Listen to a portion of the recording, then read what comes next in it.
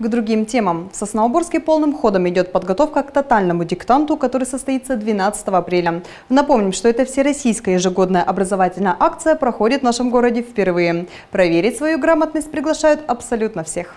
По всей России жители нашей страны готовятся проверить свои знания на еженедельных пятничных уроках грамотности. Есть такие и в Сосновоборске. Бесплатные курсы называются «Русский по пятницам» и проходят они во всех школах города. Но, как рассказали в управлении образования, такие курсы пользуются у горожан небольшим спросом. За месяц работы «Русский по пятницам» всего около 20 сосновоборцев вспомнили правила родного языка. В течение часа учителя русского и литературы помогают провести работу над ошибками, проверяют домашние задания, вставляют пропущенные буквы в текстах, и результаты с каждым занятием становятся все лучше. У вас остался последний шанс повысить свои знания. 11 апреля пройдет заключительный урок «Русский по пятницам». Всех желающих ждут в 18 часов во всех школах города. Также есть возможность самоподготовки на сайте, который вы сейчас видите на экране. Сам тотальный диктант состоится 12 апреля в 16 часов на базе 2-й школы.